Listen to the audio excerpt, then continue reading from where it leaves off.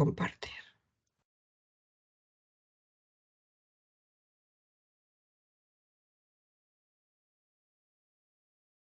Bien, pues la sesión de hoy simplemente es para comentar un poco acerca de cómo se desarrollan los recursos educativos y qué papel juegan los repositorios. Bueno, realmente todas las fases del proceso de producción de materiales y recursos educativos, pues es un proceso largo, extenso, a pesar de que utilicemos herramientas informáticas. Bueno, pues también juega un poco el papel nuestro, personal, ¿no? De la creatividad, de nuestra intencionalidad. También es distinto hacer un mismo recurso educativo con un contenido y mostrarlo a diferentes estudiantes con diferentes edades o diferentes contextos. Bueno, normalmente el proceso empieza en la parte del diseño del material, que es un poco la fase que en las dos asignaturas pues estamos focalizados en eso, ¿no? En que empecéis por diseñar bien el material. Eso implica que tenéis que buscar, recolectar información esencial para vosotros y luego pues empezar a modelar cuáles son los objetivos pedagógicos que queréis, diseminar mucho el contenido y luego ya poco a poco, bueno, pues podéis avanzar en la parte del desarrollo también mediante estas herramientas que hay muchísimas, tanto en Internet, ya disponibles en Internet, de pago o libres, para hacerlos. Y luego, bueno, pues habrá otra serie em, de fases. Voy a coger a ver si hay un que se vea un poquito mejor y más gordo. Vale. Un trazo más grueso, porque es que si no, no se ve nada. Pues un poco, como decía, una serie de funciones acerca de luego cuando un profesor o uno, ¿no? como profesional pone un recurso a disposición de sus usuarios, pues intentar recoger ese feedback para ver si efectivamente el recurso generado pues, cumple los propósitos que esperábamos. Incluso, bueno, pues una segunda fase, pues como hacemos los ingenieros, ¿no? De una fase de prototipado, pues poder corregir o revisar no solamente errores que haya, sino incluso reformatear o reconfigurar. Perdonad, no sé si... Vale, es que de vez en cuando me entra las personas que quieren conectarse y entonces escucho el sonido, pero no, cuando estoy presentando la pantalla muchas veces no, esto no me acuerdo de admitirlos. Bueno, básicamente aquí tenéis un poco las fases más detalladas. Hemos hablado de esa fase 1, de la fase 2, en la cual se define el esquema general. Sí que es importante en la parte del diseño, pues definir, ¿no? Si solamente queremos cubrir un único objetivo pedagógico o varios, también definir claramente si vamos a incorporar contenido multimedia, si la parte de la evaluación va a estar dentro de ese recurso o en un objeto separado. Tendremos que definir qué nivel queremos de agregación seleccionar para ese recurso. Y bueno, de alguna forma también, pues qué tipo de navegación o otros diferentes aspectos relacionados con la visualización cuando luego ese contenido pues esté incrustado en una plataforma de aprendizaje.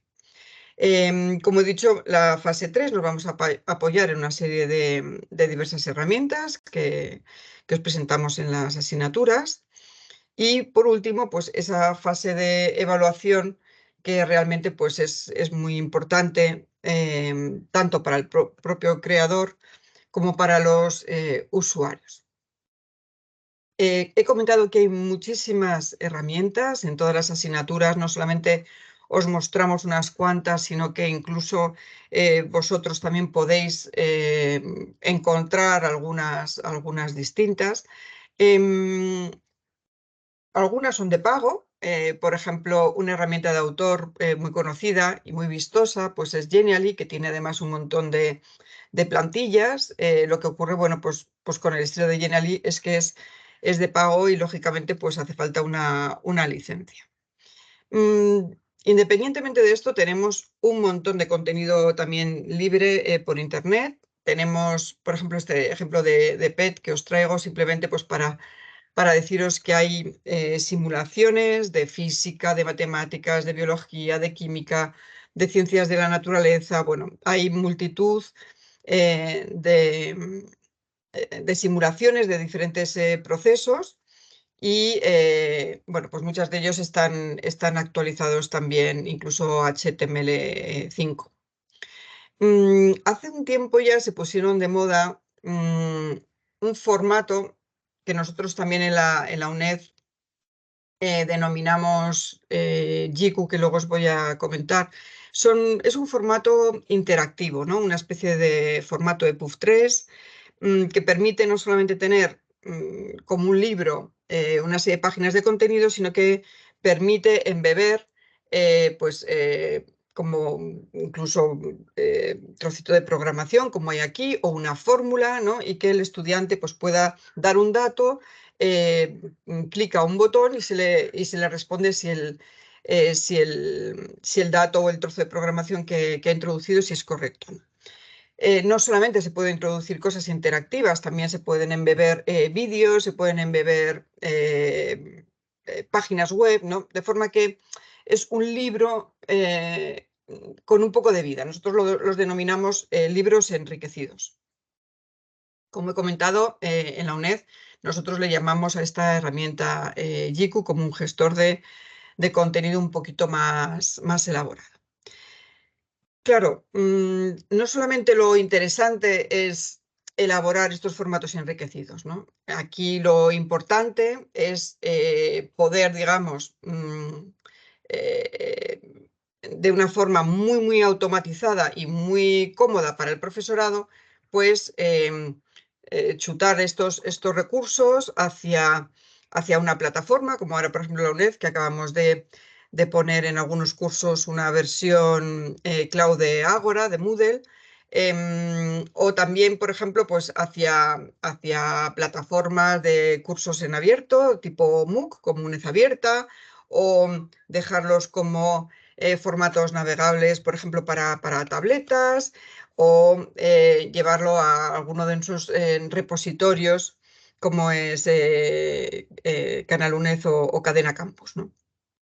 Claro, todo este sistema funciona muy bien de forma automatizada si realmente nosotros empaquetamos esos recursos con una serie de metadatos, ¿no? De esta forma sí que podemos llevar de una forma semiautomática, pues enviar esos recursos y, digamos, difundirlos por diferentes plataformas.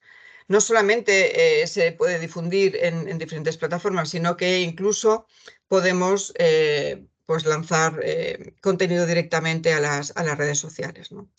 Así que, bueno, esto sería un posible infograma, ¿no? De lo que puede ser un entorno de aprendizaje un poquito personalizado.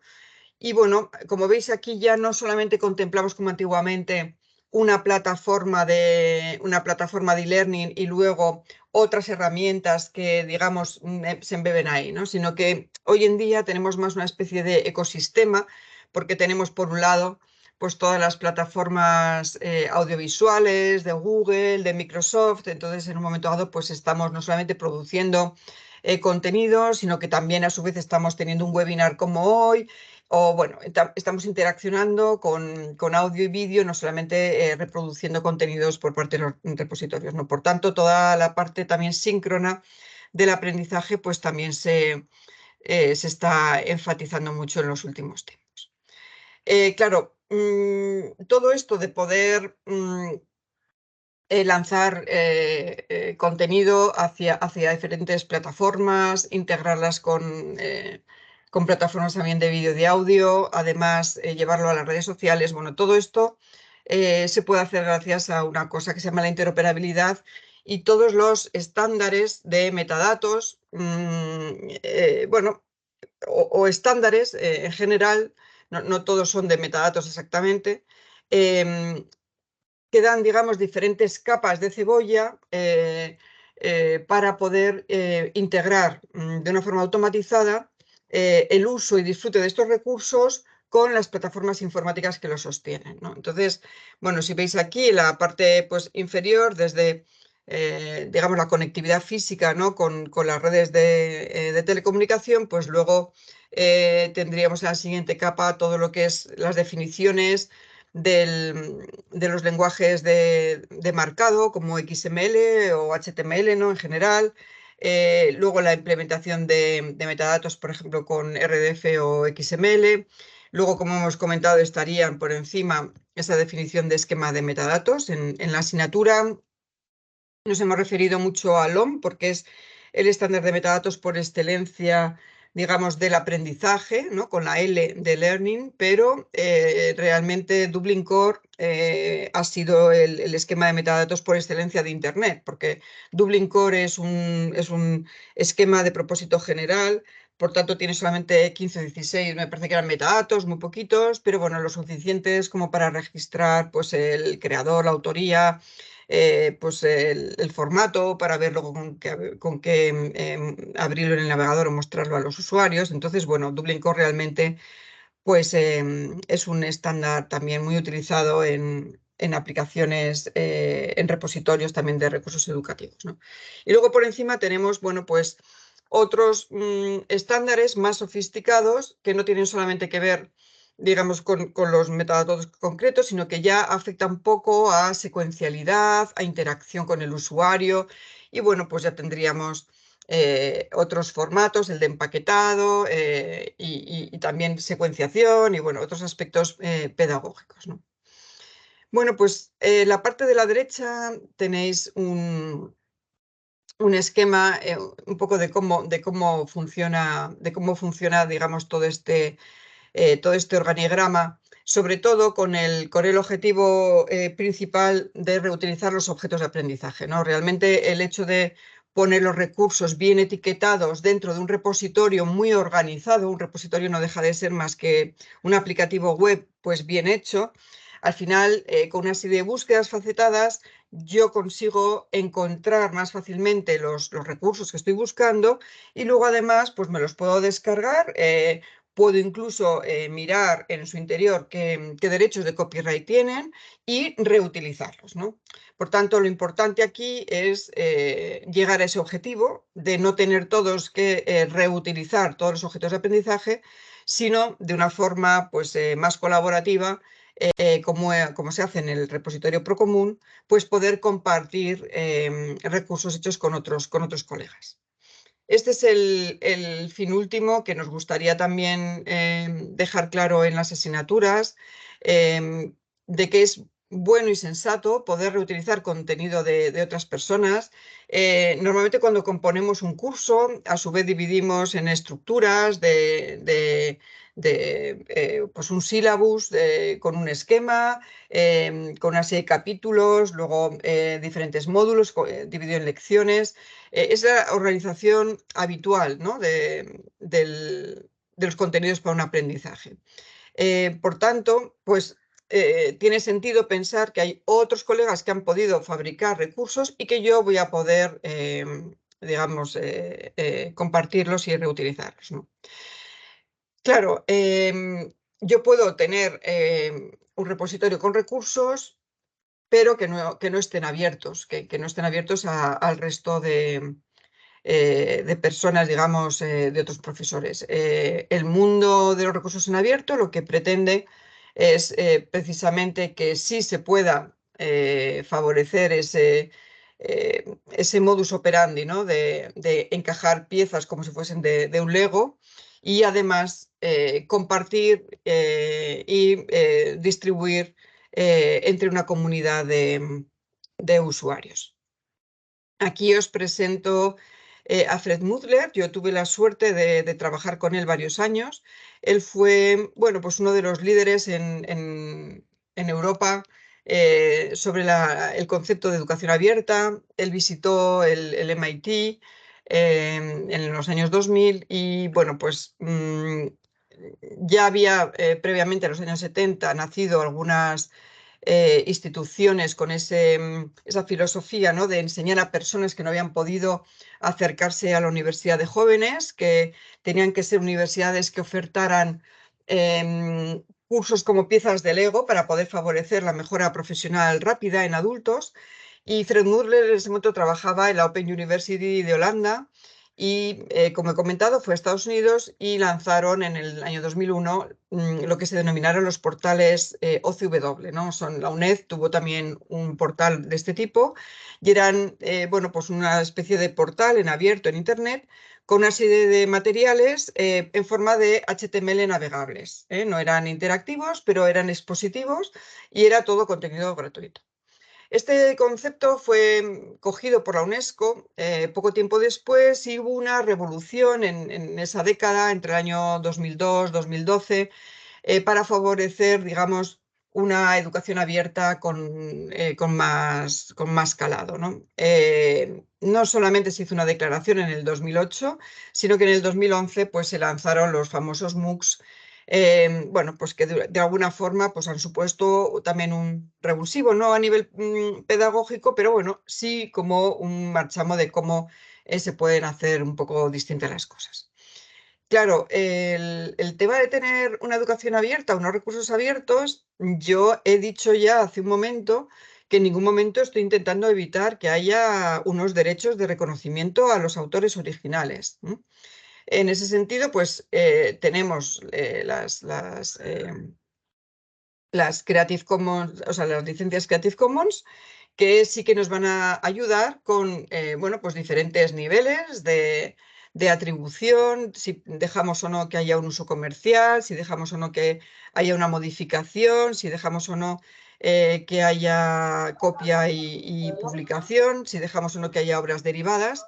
Bueno, pues precisamente estas licencias de Creative Commons nos ayudan muchísimo a lograr que haya un respeto, no solamente que podamos alcanzar esa filosofía, ¿no?, de compartir recursos con colegas, pero realmente respetándonos entre todos nuestra autoría.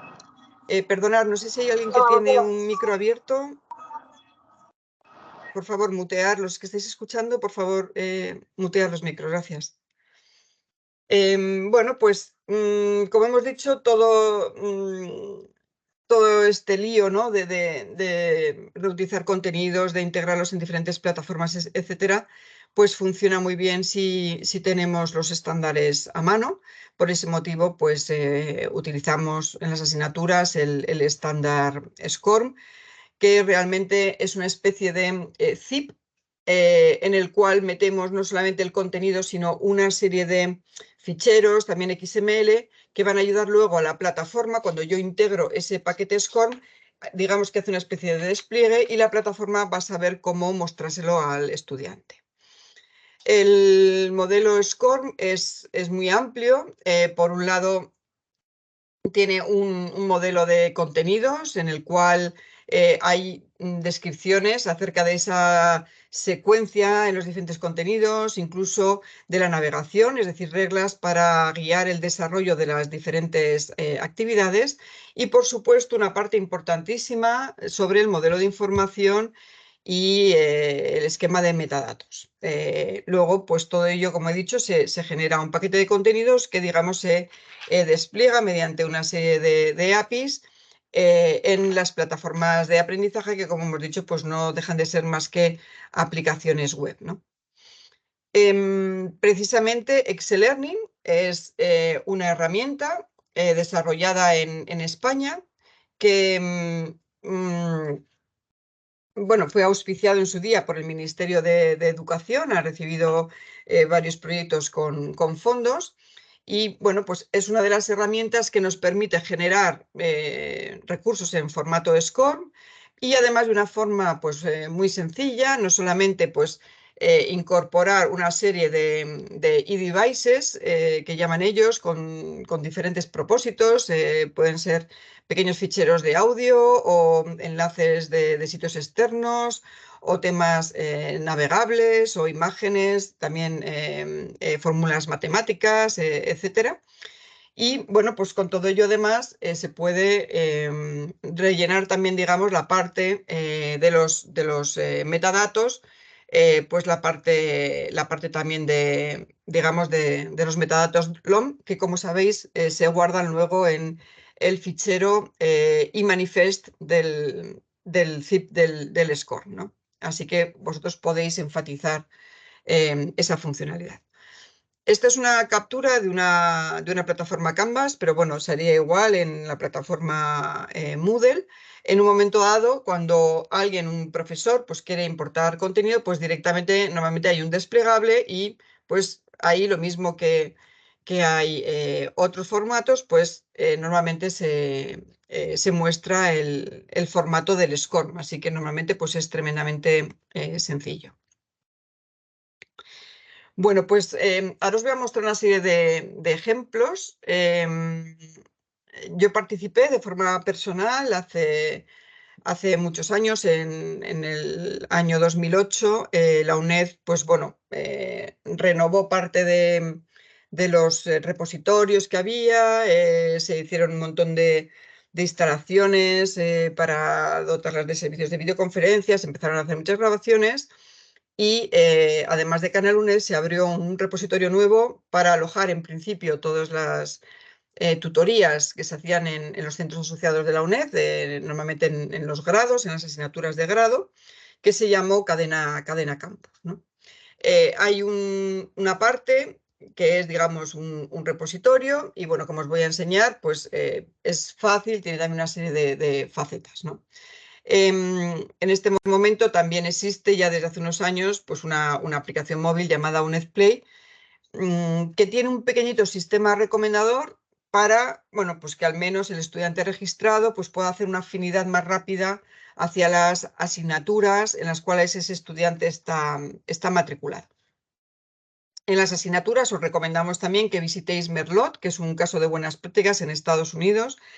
Desde finales de los 90, más o menos, que es cuando todos estos temas se dio un gran impulso, finales de los 90 y principios de los 2000, es verdad que hubo muchísimo trabajo con el SCORM, se lanzó la segunda versión en 2004.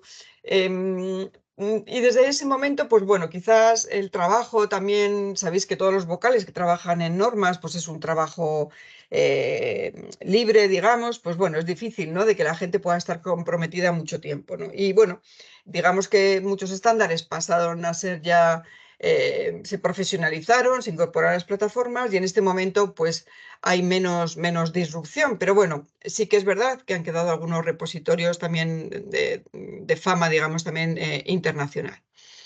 Nosotros en las asignaturas os pedimos que visitéis también Procomún, porque es un caso de buenas prácticas en nuestro país.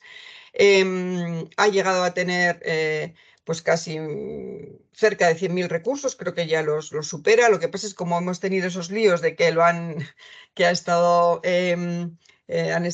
migrando el programa, o sea, digamos las versiones del aplicativo web y bueno, lo han tenido luego de baja. Ya está desde ayer otra vez en funcionamiento.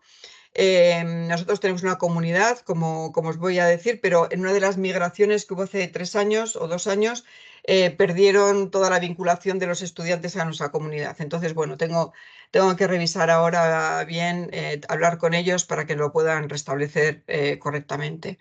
Pero bueno, sí que es cierto que esta experiencia que proviene de los años 2003, se inició un proyecto en Red.es con fondos europeos que se llamó el proyecto Agrega.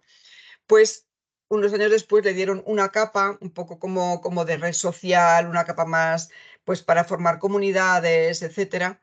Y al final pues lo renombraron como Procomún, que es como lleva así en los últimos 7-8 años. Procomún, o el original Agrega, tiene nodos en varias comunidades autónomas. No todas las comunidades autónomas se han animado a participar, pero algunas de ellas sí que son muy, muy activas.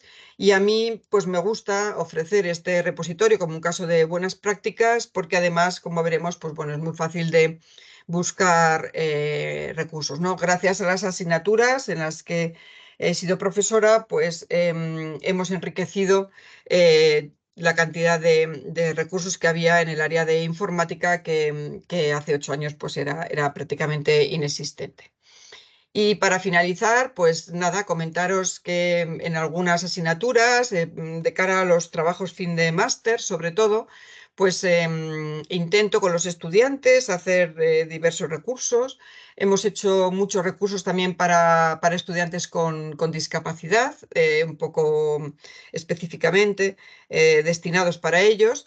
Y también, pues hace un par de años, pues tuve la suerte de trabajar con una estudiante, hicimos unos recursos basados en aportaciones especiales de la mujer a la ciencia informática y bueno, pues tuvimos la suerte el año pasado de que nos dieron un premio a la igualdad de la UNED. Así que bueno, pues os animo a todos los que queráis a poder trabajar con los profesores también y fabricar recursos para enriquecer Procomún. Bueno, en el caso de Merlot, aquí lo tenéis, bueno, pues es tan fácil como que podáis poner,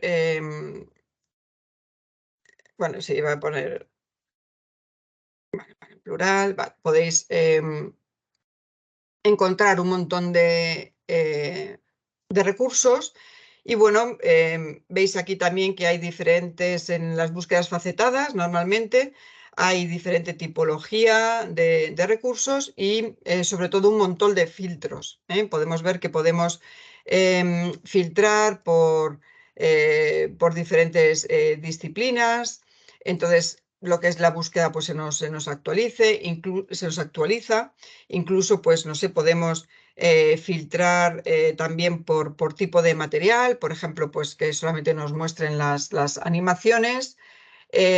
Podemos filtrar también, digamos, el tipo de audiencia, ¿no? Si queremos que sea para bachillerato, por ejemplo. Bueno, como veis, indirectamente, si os fijáis, toda la parte de los filtros que hay a la izquierda son, en el fondo, metadatos, ¿no? Que podemos encontrar o bien habitualmente, o bien, digamos, en Dublin Core, o bien, en este caso concreto, en LOM. En cuanto veis que hay pues por ejemplo, un metadato como el target audience, o sea, el end user, pues eso ya nos da pedagogical guidelines, por ejemplo, o un resumen pedagógico, ya nos da un poco una idea de cuál es el esquema de metadatos subyacente que hay en este repositorio.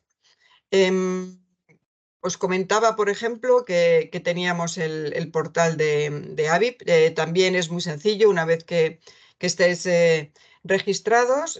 Bueno, yo he puesto en una asignatura que tengo, bueno, pues aquí podéis encontrar alguna em, de las em, de los ficheros, ¿no? De los recursos que se han encontrado.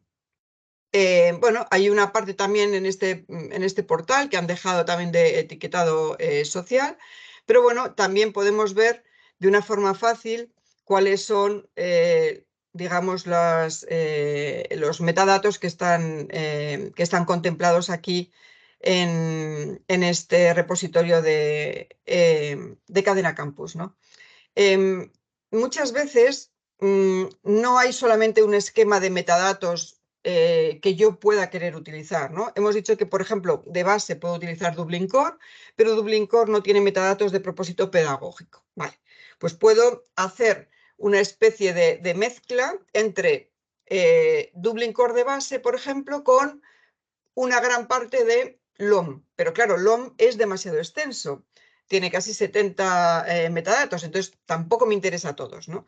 Porque lógicamente todas estas cosas funcionan cuando los metadatos están rellenos. Si nadie se dedica a etiquetar los metadatos, entonces el metadato no vale absolutamente para nada, porque no le dice nada a los sistemas informáticos. Por tanto, aquí hay que encontrar un balance entre un perfil de aplicación que no sea tremendamente extenso y una forma eficiente a nivel de los ingenieros que sostienen los repositorios de cómo automatizar que esos metadatos se rellenen sin que tenga que haber una persona rellenándolos a mano, ¿no? Por ejemplo, pues la fecha de creación, pues que sea automática, que la dé el sistema. El creador, bueno, pues si he sido yo profesora que estoy autenticada, porque el sistema ve aquí arriba que yo estoy autenticada en la UNED, pues esa cuenta de correo automáticamente se vincula a mi usuario y se mete directamente en el metadato de creador. Entonces, ese es el proceso habitual. Aquí, como veis, hay metadatos como asignatura, como titulación, que no os pueden sonar ni de Dublin Core, que es solamente para objetos digitales a secas, ni tampoco de LOM, que es propósito pedagógico. ¿Por qué? Porque estos son metadatos, digamos, administrativos, son metadatos del registro de un estudiante en la universidad. Así que ya empecéis a intuir que aquí, al menos en la UNED, pues ha habido una mezcla de varios esquemas de metadatos y hicimos un perfil de aplicación partiendo, digamos, de tres, o sea, específico para Cadena Campus, partiendo de tres esquemas de metadatos diferentes. Bueno, también es habitual poder utilizar iconografía que nos da de una forma muy rápida pues detalles acerca de la licencia, acerca de, bueno, cuál es el ámbito de publicación y de, bueno, pues diferentes formatos que pueden ser importantes para los usuarios o los profesores que están buscando otros recursos, ¿no? Para complementar los suyos. Bueno, y finalmente, pues Procomún, que como veis está activo. Bueno, también han lanzado un aplicativo también en Apple Store y en Google Play. Bueno, pues aquí lo mismo, tenéis una búsqueda sencilla. Yo justamente he puesto, bueno, simplemente la de historia de la informática para que vierais pues los recursos, bueno, pues que fabriqué con Marta Elena Méndez Huerta, que es esta estudiante, y bueno, pues aquí podéis verlos, ¿vale? Un poco también como ella pues fue rellenando todos los recursos, ¿no? No solamente, bueno, podéis verlos con el juego que tiene y demás, sino que, como veis aquí, en las fichas podéis reconocer todo lo que son los diferentes metadatos que se asocian con LOM-ES. De hecho, Procomún utiliza el esquema de metadatos LOMES. Por tanto, podéis reconocer fácilmente alguno de ellos como pues, tipo de recurso, tipo de licencia, contexto educativo, área de conocimiento, título, creadora, fecha de creación, etc. En el caso de Procomún, pues es tan sencillo como darle aquí al botón de descargar y como veis, pues tenéis varios formatos, incluso hasta en el formato EPUB. Así que es muy fácil encontrarlos y buscar, ¿no? Si en un momento dado pues queréis buscar, no sé, cosas de, no sé, redes locales, por ejemplo, no sé, cualquier cosa que se os ocurra. Sabéis que aquí también a la izquierda pues tenéis diferentes etiquetas, ¿no? También tenéis otras búsquedas, otras facetas, como por ejemplo el área de conocimiento, también tenéis el contexto educativo, o sea, no se ponen todas las facetas porque serían lógicamente demasiadas, pero bueno, sí se pueden entre estas y las que hay aquí arriba también para distinguir si artículos o itinerarios o recursos, pues al final la verdad es que con estos filtros pues es suficiente bueno, pues para alcanzar un nivel de detalle bastante exhaustivo. Y nada, pues bueno, simplemente deciros que sí, que hace unos años abrimos una comunidad UNED, en teoría pues llegamos a alcanzar 150 miembros, pero bueno, como os comento, bueno, miembros y miembros, estábamos pues 154 estudiantes y dos profes de la UNED, ¿no? Y bueno, es una pena porque pues teníamos, no sé, 200 o 300 recursos ya subidos y bueno, pues con el portal nuevo pues han desaparecido todos. Pero bueno, ya les escribiremos para ver si conseguimos que nos los vuelvan a recuperar. Bueno, pues por mi parte, yo creo que ya está. Voy a detener la grabación.